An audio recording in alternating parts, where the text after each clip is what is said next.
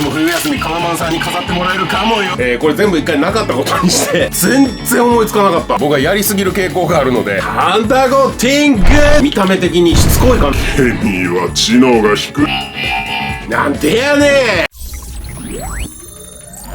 特撮改造エキシビジョン。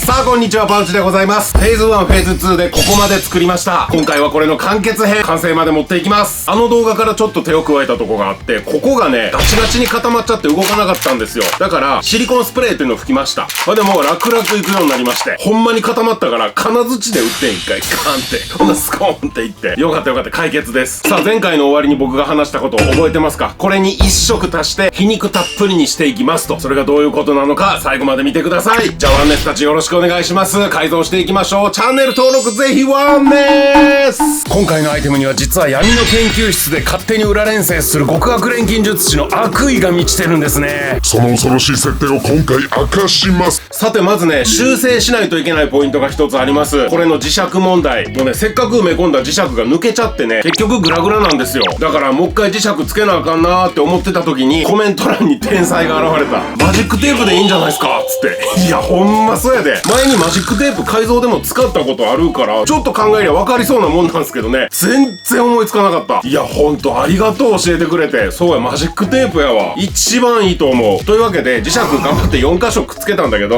これ全部一回なかったことにしてこれ全部一回なかったことにして、マジックテープいきましょう。どういう風にすればいいかな。ここはでもデザイン性損なうからあんまりつけたくないんよな。このさ、この拳の骨っていうかさ、ここにマジックテープ仕込んだらあんまデザインにも影響しないかもね。っていうか逆にかっこよくなるかもしれん。わからんけど。だからここをちょっと狙ってみよう。これね、粘着式になってるからね、すごく便利なんですよ。大きさを整えて貼る。こんな感じ。割とマシなんじゃないかな。反対側にもテープを貼って完了。分かりきったことやな。パウチがちゃんとやるわけないもんな。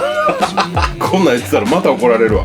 よし、じゃあ次はいよいよ色塗ろうか。塗装ブース行こう。さあ塗装です。僕はいつもあらかじめ薄めた状態で保存してて、こうやってそのまま使えるってマスキングテープに書いて貼ってます。いつも言ってないからね、たまには言っとこうかなと思って。で今回もう一色足したかった色っていうのは水色です。クリア水色。これがね塗料売ってないんですよ。でクリアホワイトとクリアブルー混ぜたらいいのかななんて思ってたんですけど、ちゃんとネットで調べたらクリアブルーとクリアホワイトじゃなくてクリア、要はクリアブルーをクリアで薄めるっていうね、これで水色が出るっていうのを見つけたんですよ。でやってみようと思って今やってるんですけど、もうどう見ても青やん。水色じゃないやん、明らかに。ほんまかこれ。いやこれは青になるてと思いながら、でもそのネットの記事を信じてちょっとドキドキしながら拭いたら、見てこれすごくない？マジで水色になんねんて。なんでなんこれ。青を透明で薄めたらなんで水色になんの？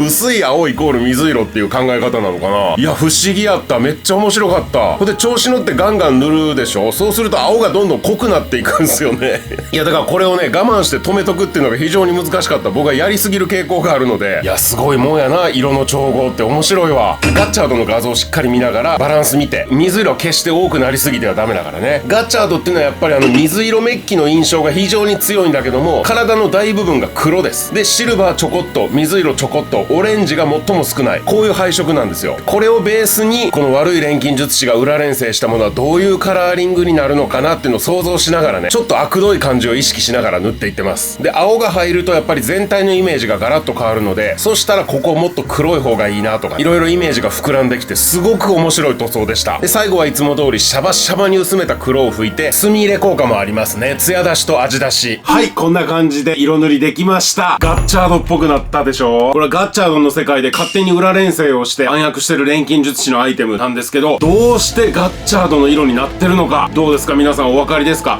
ちょっとここでねその説明をさせていただきたい。もうねめちゃくちゃ悪い理由です。こういうことは本当に良くないと思うっていうのを先に言っとくけど、ケミーってね自分の名前しか喋れないでしょ。だから多分知能は低いはずなんですよ。ガッチャード、宝太郎くんっていうのはケミーと仲良くなっていくじゃないですか。だからケミーが宝太郎くんになら心を許すはずなんですよ。そこにつけ込んだんですね。ガッチャードと同じような色合いで近づいて、安心したケミーがふわっと出てきたところをこれで捕まえる。じゃあ銃である必要ないじゃないですか。これだだけでいいでしょ。でも10じゃないとダメな理由は？このカラーリングに安心してひょこっと出てきたケミーをまずこれで撃つんです。で、弱いケミーはいらないんです。これで死ぬようなケミーはいらないんです。怖いでしょ。で、多分ね、ローブかなんか着てフードかぶってケミーは知能が低い。こうやって撃つんですよ。怖いでしょ。これをね、思いついちゃったの。だから俺自分でもね、だいぶやばいなと思ってるよ。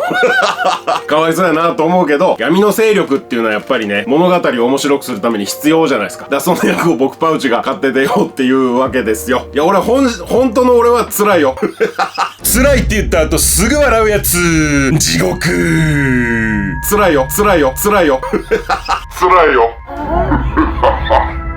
地獄。で、何発か撃って瀕死の状態でも生きてれば、それは生命力が強いケミーっていうことじゃないですか。だからそういうケミーを集めていくっていう、別に全種類コンプリートはもう鼻から目指してないんですよ。はい、そういう怖い説明終わったところでまた楽しい改造に戻りましょう。ワンネスたち引いてない？大丈夫？頼むぞ。まだ言ってくれよ。頼むぞ。気を取り直して。次の工程。はい、お待ちかね。ここ割ります。こういうガラス的なパーツはやっぱりね、割っといた方がいい。ということで、まあいつも通りですけどね、ハンダゴティング。ハンダゴテで割っていこうぜ。なんでやねん。そうやな、ハンダゴテは割るための道具じゃないからな。アイテム側に怒られるというね、もうそういうところまで僕はもう来てます。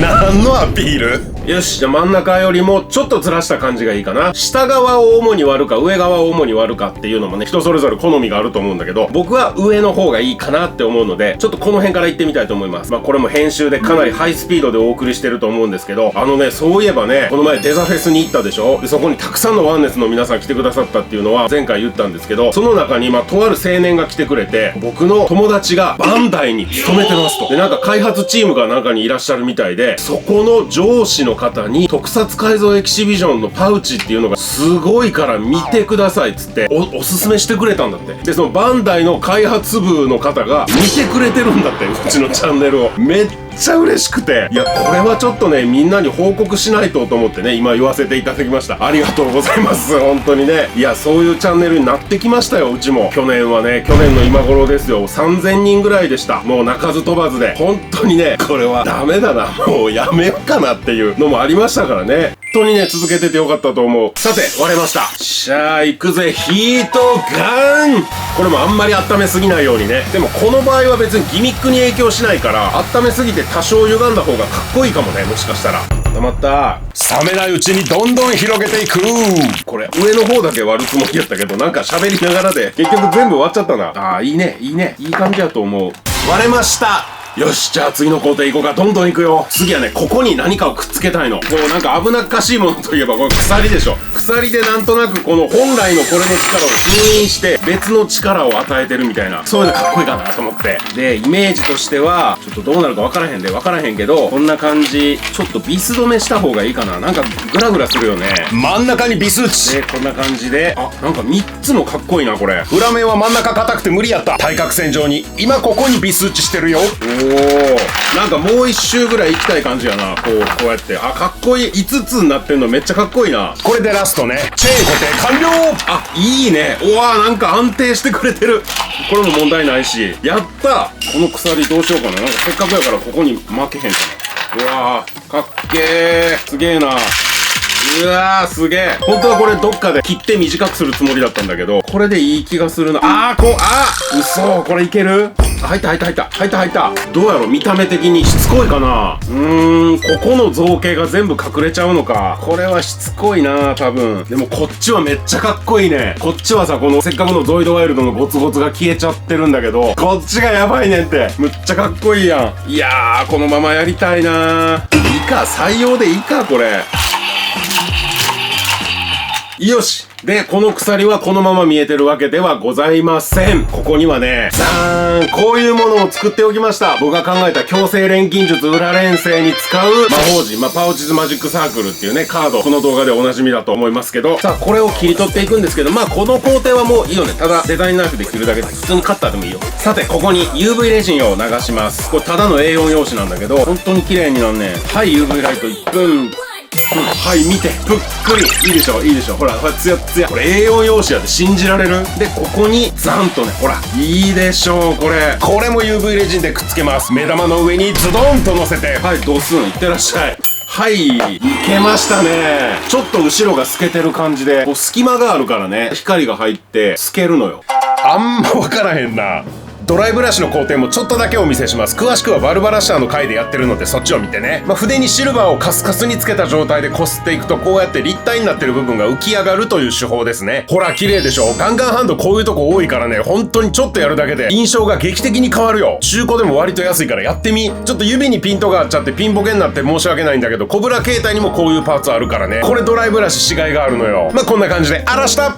そんなこんなでなんとかまとまりましたね。カラーリングバランスも割といいんじゃないかな。で、端っこから見ていきましょう。まずここ、無理やり連成したからいびつな感じになっちゃうよっていうのを表現したくてこういうパーツ貼りました。オレンジ色の派手さもなくかなりくすんだ印象ですね。そして魔法陣出ました。これが栄養用紙だということはあなたしか知らない事実。そしてこの鎖のメッキ調の感じが周りの水色にも反映してガッチャードのメッキ水色を想像させるんですよね。これは予想外でした。鎖の割合増やしてよかったよ。チャラついてんな。ええな。そしてこのダブルドライバーね、これ水色にすんのめっちゃかっこよくない？俺個人的にダブルドライバー水色にしたのかなって思ってるもん。いや、相性いいわ。なんなんやろ、形が水色に向いてるとかそんな概念あんのかな。で、ガラスもバリンと割れたっていうよりはやっぱり暴発して溶けたっていう感じが出て、これ強制錬金術のイメージにぴったりですね。マジックテープはシルバーに塗りました。あと親指にあの印象的な水色のパーツくっつけました。で、LED 発光改造したこの重工、ここにね9玉を分解すると中に入ってる半円パーツがあるんだけど、それを少し加工してくっつけました。で、艶消しクリアを吹いてます。そうすることでね、暗がりで打つとこうやって光ってくれるんですよね。やっぱ光の拡散って大事やな。で、持ち手の裏面、これ裏面しかオレンジがないのがちょっと惜しいんだけどね、さっきドライブラシした効果も出てて、ここめっちゃ好き。続いてケミーライザー黒、オレンジの部分を若干減らしてます。そしてもともとクリアオレンジだった先端のパーツ、ここは黒塗装を増やしてオレンジのイメージを薄くしました。ここだけやっぱオレンジが強すぎて浮いてたんよね。で、カードはもちろん魔法陣カードを入れてます。黒をつけた状態全体はこんな感じ。まとまったね。そしてね、この角度の問題なんだけど、黒側から少し深く見る感じね、このバランスが最高に好き。これも冬休みカワマンさんに飾ってもらえるかもよ。